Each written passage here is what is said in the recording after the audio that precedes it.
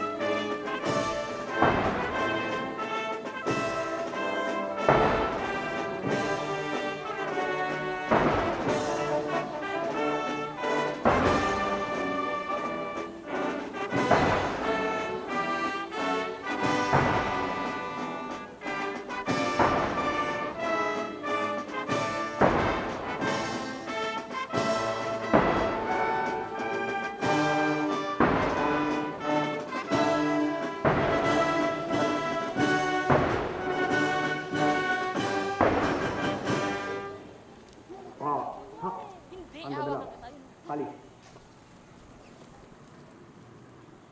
Baba.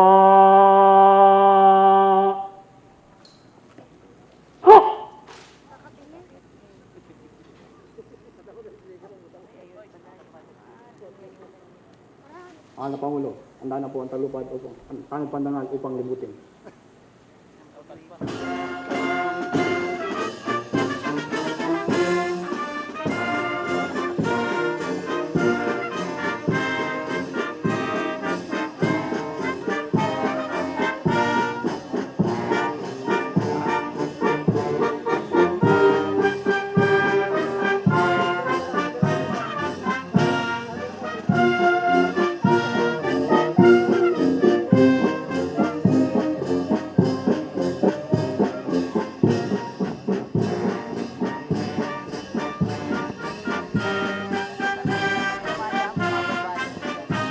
Pangulo, mau tawag, tidak, taas.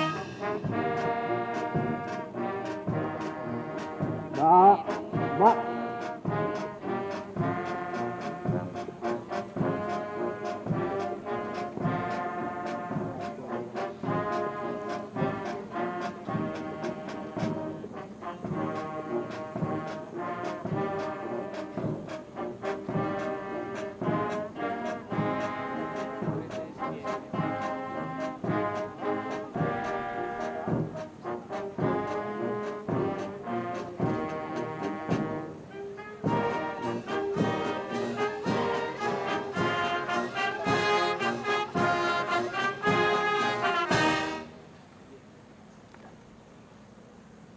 Tanghal! Ha! Tanghal. Ha! Aba. Ha! Ano dala? Kali. Baba! Ha!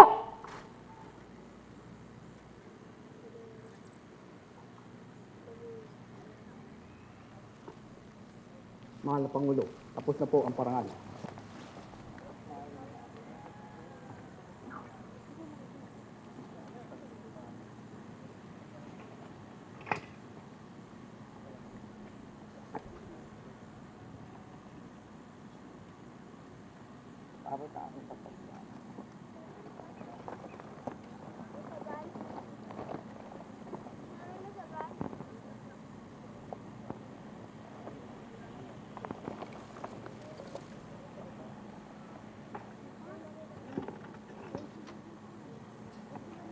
Ha.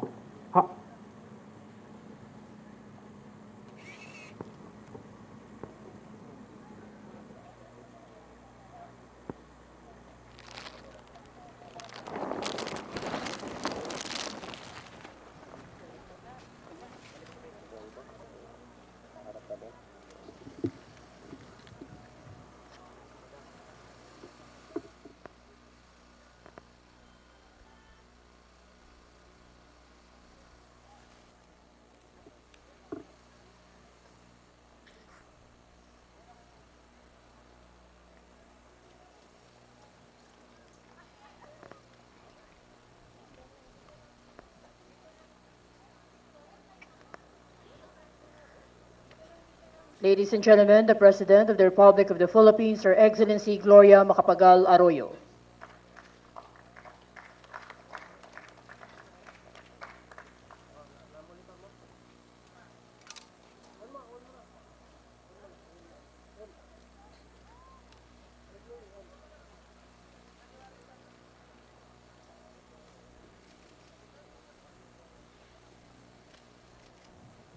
Pero po na, nadala. Please. Tanghal.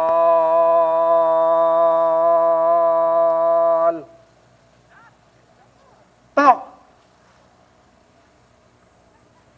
Kalau po ng tanghal. Tak.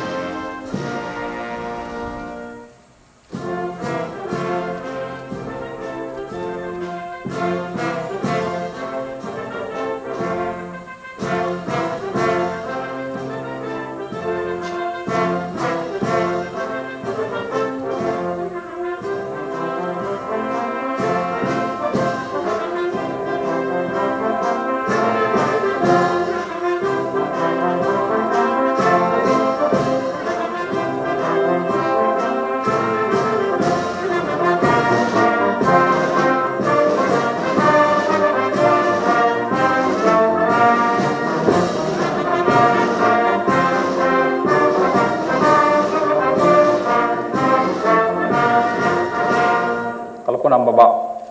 Tak. Nadala. Kalis. Baba.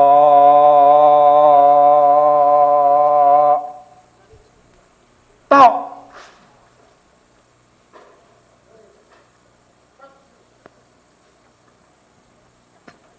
Mahal na Pangulo, handa na po sa pag-aalay ng bulaklak.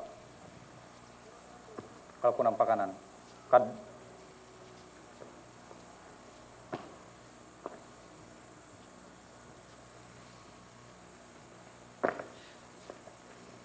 We shall now have the wreath laying. The first to offer the wreath is the Ambassador of Japan to the Philippines, His Excellency Yuichiro Yamazaki.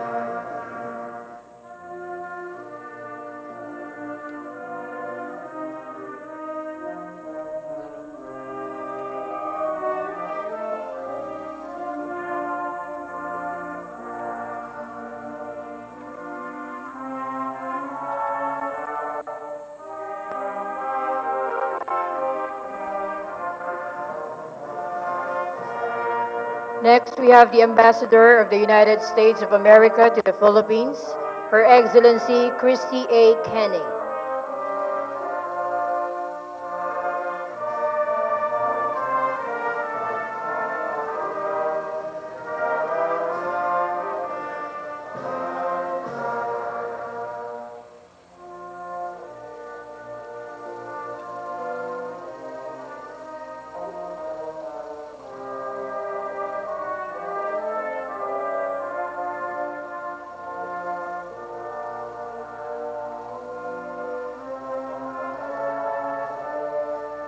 The President of the Republic of the Philippines, Her Excellency Gloria Macapagal-Arroyo.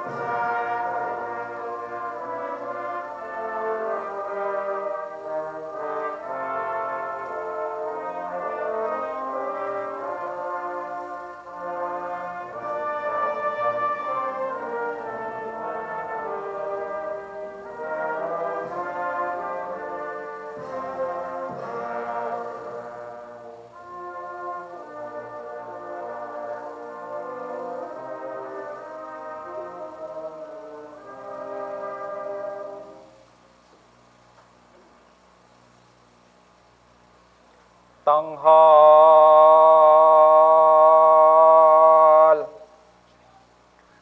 Tak. Kalpo ng tanghal. Tak.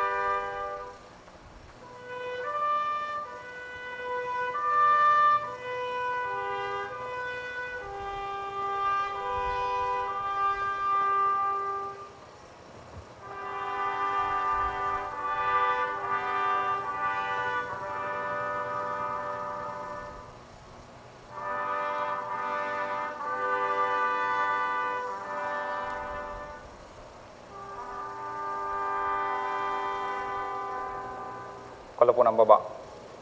Tak. Nadala. Kalis. Baba.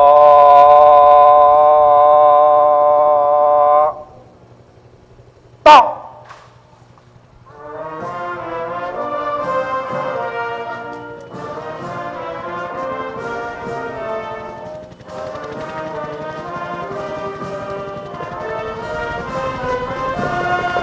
Wala po ng pakanan. Cut.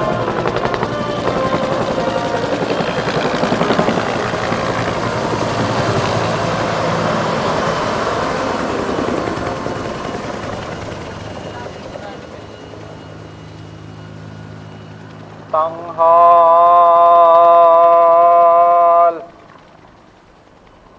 Tak. Kalau po ng tanghal. Tak.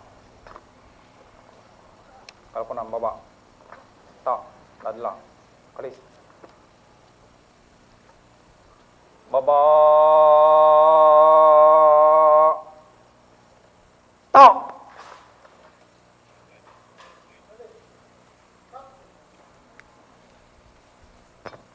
Mahal na Pangulo, tapos po ang pag-aalay.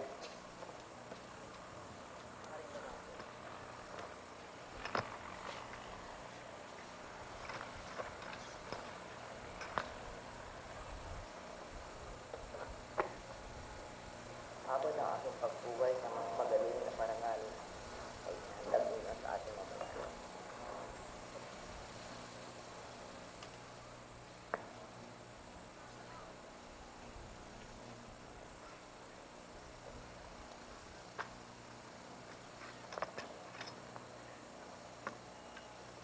Baba.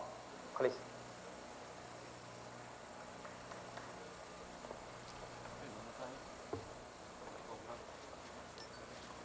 That ends the wreath laying ceremony. In a short while, we'll have the program on the Araw ng Kagitingan.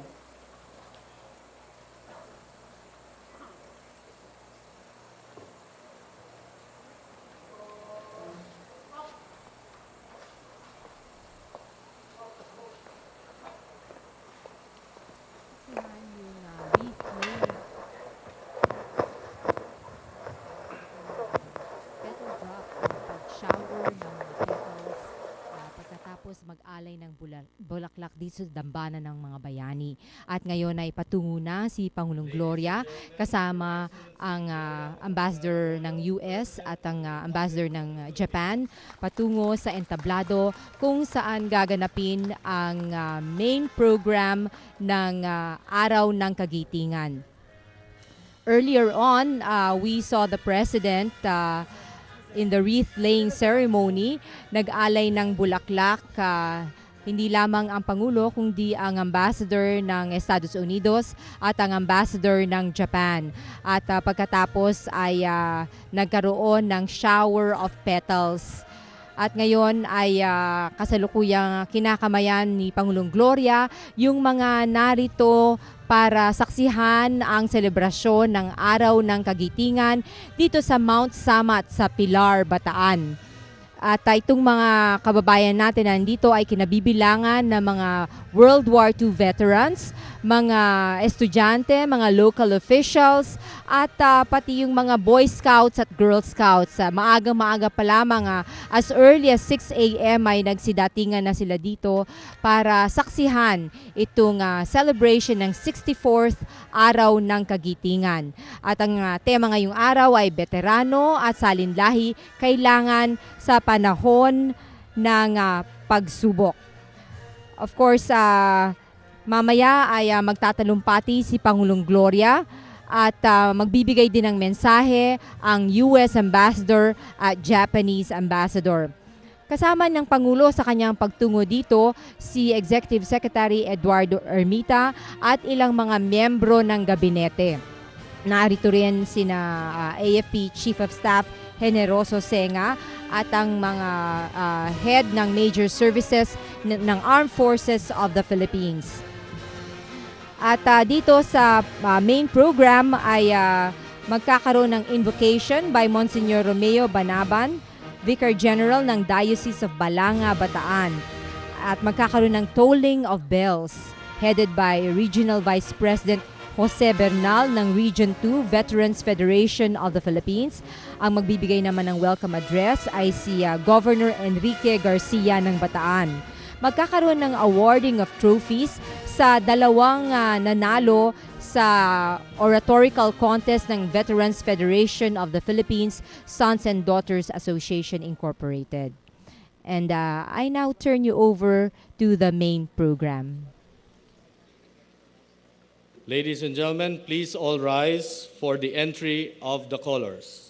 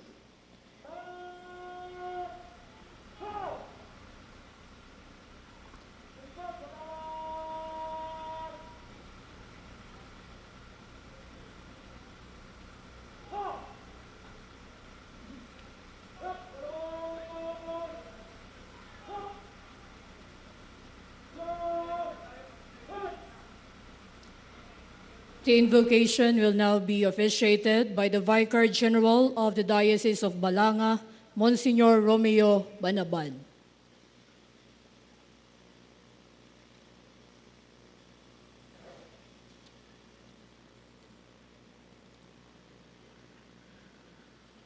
Panginoon naming Diyos, na pinagmumula ng lahat, Ikaw ang Diyos ng panahon, ng aming kasaysayan, at Ikaw din ang Diyos ng kaganapan. Kami ay tumatawag sa iyo ngayong araw ng Kagitingan upang saksihan ang pag-alaala sa mga ninuno naming nag-iwan ng kagitingang ito. Binabalikan namin ang paninindigan ng aming mga sundalo ng nakaraang digmaan.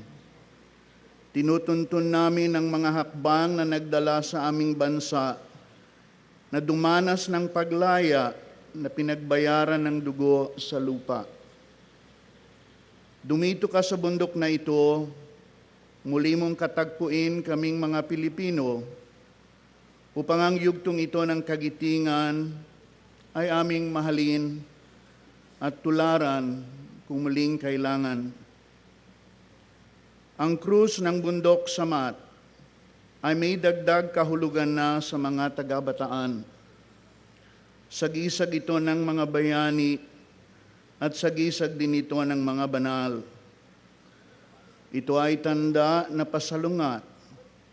Habang itinuturo ang kasaysayang madugo, ito rin ay nakaturo sa patutunguhang banal. Ang bundok na ito ay panawagang alalahanin ang nakaraan, pagbutihin ang ngayon, at magtagpo sa hinaharap na dinalisay ng hirap at kabayanihan.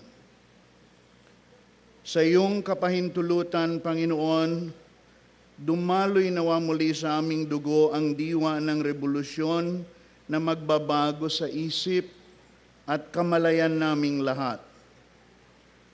Maganda ang Pilipinas, magiting ang Pilipino, kayang labanan ng dayuhan at sino mang may maruming nais na sumira sa aming bansa.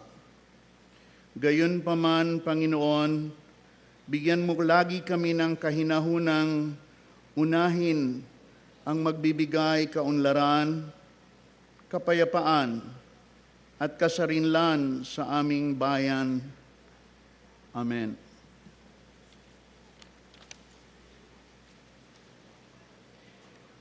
Please remain standing. We shall now proceed with a solemn bell-tolling ceremony in honor of the soldiers who fought in Bataan and other areas. May we call on the Vice President for Region 2, Veterans Federation of the Philippines, Mr. Jose N. Bernal, to lead us in the tolling of the bell. Let us pause in silence to remember the soldiers, both living and dead, who endured unspeakable horrors in the defense of Bataan and other areas. Let us also honor those who died and those who offered the supreme sacrifice to regain our freedom. Let us ring this bell as a tribute in their honor. To the Filipinos who answered their country's call and fought to keep the fire of freedom burning in the hearts of their people during the enemy occupation. To the victims of the infamous Death March, which lasted from 10 April to 15 April 1942. To the courageous civilians who risked their lives aiding the prisoners in the Death March by giving them food and water and helping a number of them escape. To the thousands who died of disease and starvation and never saw the liberation from enemy captivity. To the soldiers like Miguel Ver, Eleuterio Adivoso, and others who refused to surrender and formed resistance units to fight the invaders. To Chief Justice Jose Abad Santos and other brave officials who refused to bow to bondage and oppression and remained faithful to their allegiance to their country. To Roque Alban, Wenceslao Vinsons, Josefa Lianes Escoda, and others whose graves remain unknown. To the officers and men of the United States Armed Forces in the Far East who bravely fought in the battlefields of Bataan and Corregidor and effectively tied down the enemy and gave Allied forces to regroup for the eventual liberation of the country. To the men who endured the rigors of fighting and despite the lack of adequate supplies and ammunition, extreme fatigue and disease, continued to fight and kept alive in their hearts the hope of ultimate redemption. To the nameless and faceless members of the resistance movement who supplied information so invaluable to the liberation of the Philippines and the defeat of the enemy power. To the Filipinos and all other peoples whose lives were changed by the trauma of war. Let us not forget our heroes and those who experienced this tragic episode in our history. Let us work and pray for peace in this world, and that this peace would always remind us of our duty to preserve it for all time. Thank you. Please be seated.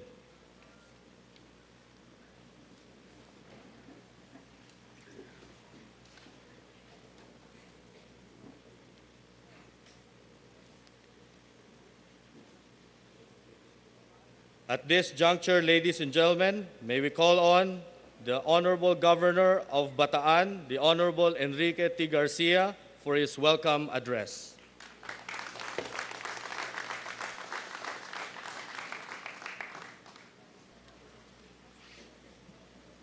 Her Excellency, President Gloria Macapagal-Arroyo, distinguished guests, ladies and gentlemen, welcome to Bataan and a very pleasant morning to all of you. We are here today to commemorate the 64th anniversary of Araw ng Kagitingan, day of valor. The freedom and sovereignty that we are enjoying today are indeed very precious gifts from the selfless dedication of Filipino and American soldiers alike in the last World War. The 4-month resistance in Bataan, put up by them against the onslaught of superior Japanese forces, is credited for disrupting the Japanese timetable of the new conquest of the South Pacific, giving the Allied forces valuable time to recover from Japan's initial successes. Ang istoryang inukit ng ating mga sundalo sa lalawigan ng Bataan ay nararapat lamang nating balikan at sariwain upang kapulutan ng inspirasyon para sa kasalukuyan. Ang pag-aalay ng buhay para sa kapakanan ng bayan na walang naiisip na pansariling kapakanan ang tunay na diwa ng Kagitingan. Mapalad tayo sa araw na ito, nakasama pa natin ang ilan sa ating mga veterano para personal nating mapasalamatan ang kanilang kabayanihan. Ipadama natin sa kanila ang ating taos-pusong pasasalamat sa pamamagitan ng masigabong palakpakan.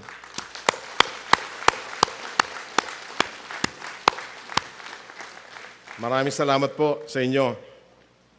Today, 64 years later, the world indeed has changed.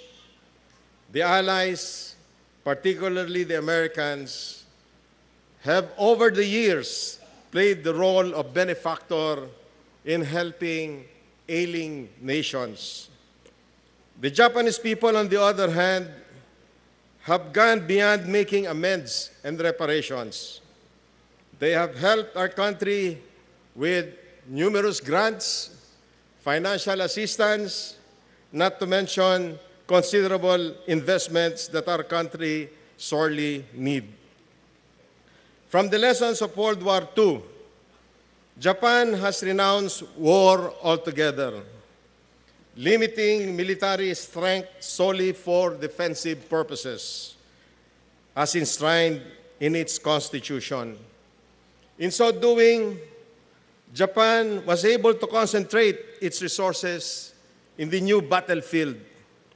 The key to power now is economics. And the victory is not simply achieved by forwarding one's nation's interests, but in helping other nations also move ahead. Para magwagi ang ating bansa sa larangan ng ekonomiya, mangangailangan tayo ng makabagong sakripisyo at kagitingan. Kailangan nating magkaisa. Isang tabi muna natin ang mga pansariling kapakanan para maihango ang ating bayan sa laganap na kahirapan. Ipaglaban natin ang reformang politikal na isinusulong ng ating mga mamamayan. As our people's march becomes bigger and bigger, in support of our crusade to change our form of government, prospects for a unified and efficient governance is now within our reach. In effect, this change will be translated to better interventions that will reap benefits for our country and people. Gaya ng pananindigan ng Bataan noong nakaraang digmaan, ang aming lalawigan ay magiging aktibo sa kinakailangang pagbabago para makamtan ng buong sambayanan ang progreso na matagal na nating pinapangarap. Sa ganitong paraan, ang Bataan ay mananatiling dambana ng Kagitingan noon, ngayon, at sa mga darating pang panahon.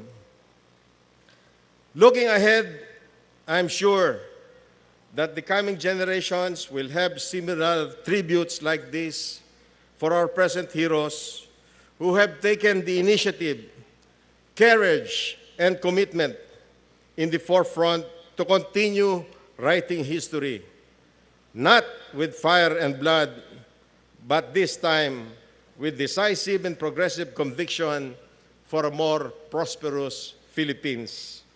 To the heroes of both times, we salute you. Maraming salamat po at mabuhay.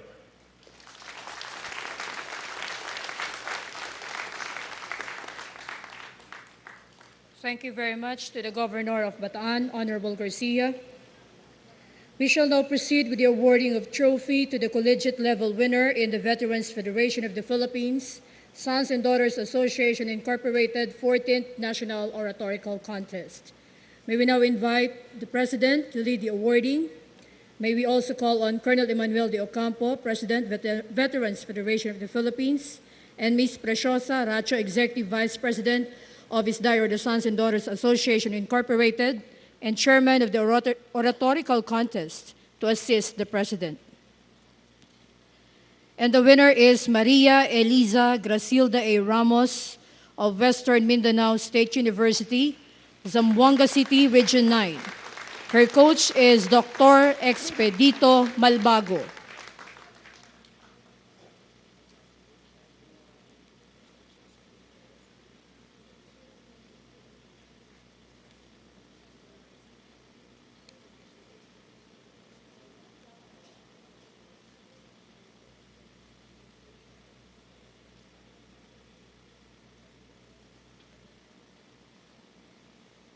Thank you, Madam President.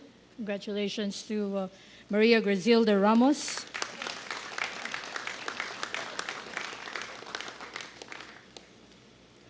We shall now have the message of the Ambassador of Japan to the Philippines, His Excellency Yuichiro Yamazaki.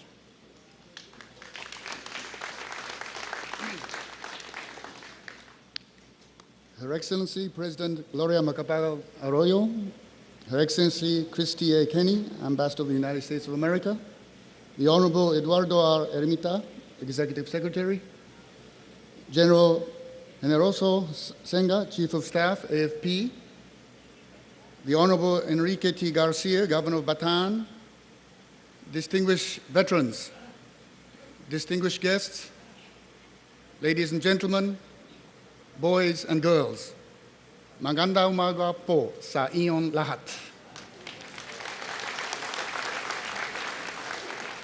I am deeply honored to join you all in today's ceremony. As I stand before the monumental cross here at Mount Samat, I would like to express again my heartfelt apologies and deep sense of remorse over the atrocities committed by the Japanese military in the Philippines during World War II, including the tragic Bataan Death March. Let me also reiterate the Japanese government's determination not to allow the lessons of that terrible war to erode, and our determination to contribute to the peace and prosperity of the world without ever waging a war. Having participated in virtually all the ceremonies last year commemorating the 60th anniversary of end of World War II, this is my second opportunity to be present at this ceremony on Mount Samat. Today, once again, I have been impressed by the noble spirit of reconciliation and sense of fairness on the part of the Filipino people. Firstly, in appreciating Japan as we are now, a nation that shares the values of democracy, freedom, and respect for basic human rights. And secondly, for taking a future-oriented attitude with a view to deepening the friendly relations between our two nations. As many of you may know, this year, 2006, marks the 50th anniversary of the normalization of diplomatic ties between the Philippines and Japan.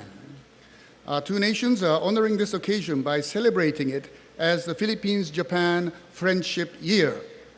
In this regard, we have both prepared a series of activities aimed at fostering in our two peoples a greater sense of friendship as well as a deeper appreciation of each other's culture, arts, tradition, history, nature, and technology. I am also very pleased to note that the 50th anniversary offers excellent opportunities for tailoring our bilateral relations to well suit to the needs of the 21st century. One such prospect is to conclude the Japan-Philippines Economic Partnership Agreement, JAPEPA, which will make our bilateral economic relations more comprehensive, more interactive, and more mutually beneficial. Another prospect is the Philippines' chairmanship of the East Asia Summit, along with all other ASEAN-related summit meetings in Cebu in December this year. This opens another opportunity for closer cooperation between our two nations toward building an East Asian community. Furthermore, Japan is looking forward to the conclusion of a final peace agreement between the Philippine government and the MILF during the course of this year. Japan believes that the peaceful and stable Mindanao will improve the security and economic situation in both the Philippines and Southeast Asia, and therefore we will continue to render assistance for the rehabilitation and development of Mindanao, closely collaborating with all the stakeholders. The fight against terrorism is another area where our two nations, together with other like-minded countries such as the United States and Australia, can make a difference by promoting closer cooperation. The points I have just mentioned were discussed by Secretary Romulo of Foreign Affairs during his official visit to Japan last week, where he held in-depth talks with Japanese Foreign Minister Aso, as well as making a courtesy call upon Prime Minister Koizumi. In closing my remarks, let me state that at this historic golden jubilee of our relations, with the Japanese economy